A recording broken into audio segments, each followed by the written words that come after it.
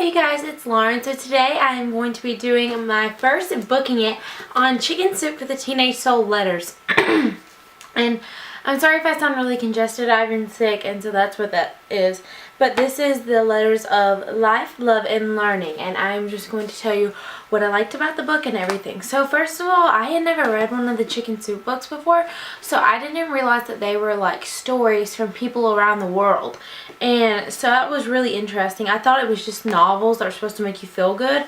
But it's like teen help, like self-help and everything. And this is one of the older versions. It's from 2002, I think, but it was still very good. I want to, like, at the beginning of this, I want to talk about things that aren't going to give it away, but they have like sections on like hope, and they have sections on dealing with adversities such as like disabilities, and then they have sections about teen love and overcoming relationships and stuff like that. And it was just really cool. There was like 1,000 stories in here, I swear. But I really enjoyed them all. And the thing about this is that you don't necessarily relate to every story in the book, but there's got to be at least one story in there that really touches you.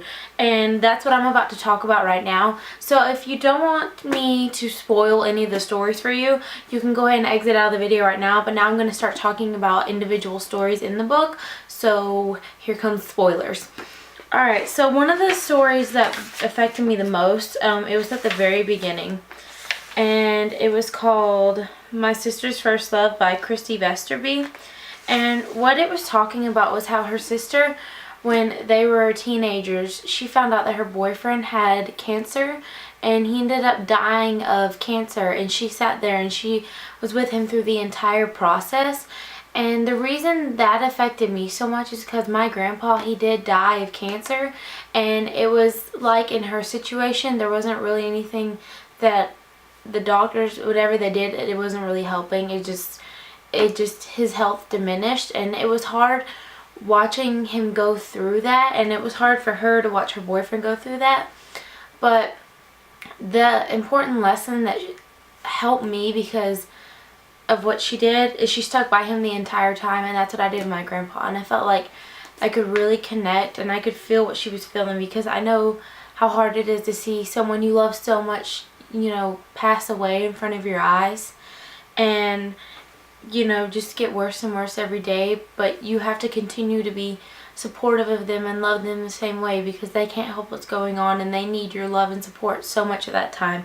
So I really like that story. That was probably my favorite story of the entire book, and I want to thank you for sharing that with everybody, because that really helped me. And that was one of the hardest times in my life, and just to know that other people have dealt with that, and I have like a support system of even people I don't know, it's just something encouraging.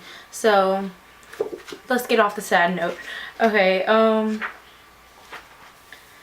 there's just like so many stories, I can't even. Then some of the other stories, I don't really remember like a certain one that sticks out more.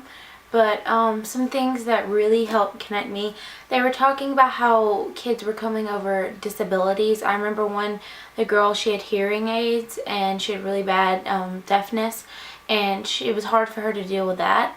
And one thing that I could connect with that was, you guys probably don't know, I don't know if I've ever said it, I have cerebral palsy and epilepsy that has come because of that. And it's hard sometimes when I'm having to explain like the seizures that I have sometimes, because people don't understand, which mine aren't like half as bad as most people, but I do get them sort of frequently. So it's just hard to go through that and have to explain that to people. And like I have really bad handwriting, and everybody points that out to me, and it's hard knowing that no matter how hard I've tried to overcome that motor skill that I just never was able to learn, it's just hard to go through that. But to know that other people, they're like getting through those tough times too, it like really helps. And like I said with the other, I feel like there's this giant support system with these books that help you really connect to the other people and the stories that are in them. And it's like we're all just giving each other a giant group hug and we're helping each other, and I really, really like that. So those were just some stories, and I don't know if I should write it in or anything, but like when it was talking about how she was coming over her hearing, I also, with my cerebral palsy, when it was diagnosed when I was really little, they told my parents that I probably wouldn't be able to walk or anything, and my parents refused to believe that, so they took me to a bunch of therapy, and my mom even quit her job so she could go work at the daycare that I went to so she could take me to therapy, and that was a really big sacrifice that she made for me. And it's just, if anyone's watching this and they've been through the same thing, know that you can overcome something if you'll just really work at it. And I know some things you can't control, but you can choose to have a positive outlook on it, even if it's hard for you. And I know sometimes, like, it's whenever I'm trying to play my instrument. Like, let me give this example. Whenever I'm trying to play my instrument, and I remember there was this one piece I had to play, and I had to move my fingers so fast, but sometimes my fingers just get so stiff because I can't make them be loose, I guess. And it was just so frustrating because it's like I know what I had to do, but I couldn't physically make my hands do what they needed to do, and it was just difficult. But you just gotta remember that even though there's gonna be things like that that you can't control, no matter how hard you try, you can always have a positive outlook on it. Like, I may not be able to play certain things, but I play the oboe, which is one of the hardest woodwind instruments, which from my diagnosis when I was little, that's something that the doctor never thought I'd be able to do. And so that's a huge accomplishment that I've come. And like sometimes I get really frustrated with like my eyesight because I have really bad eyesight. I've had bifocals since the age of 11, and that's because of the cerebral palsy. But the thing is, at least I have glasses so I can see the world clearly. And though sometimes I get really upset whenever I can't even take off my glasses to watch TV that's 4 feet away from me. It's frustrating, but it's good to know that I still have the blessing of having glasses when I know some people don't. And you just gotta remember not to take those little things like a pair of glasses for granted. And so with those stories, it just really helped me because that was so, like my glasses and like my handwriting and my epilepsy were things that have always bothered me because I was never able to do anything to like fix them.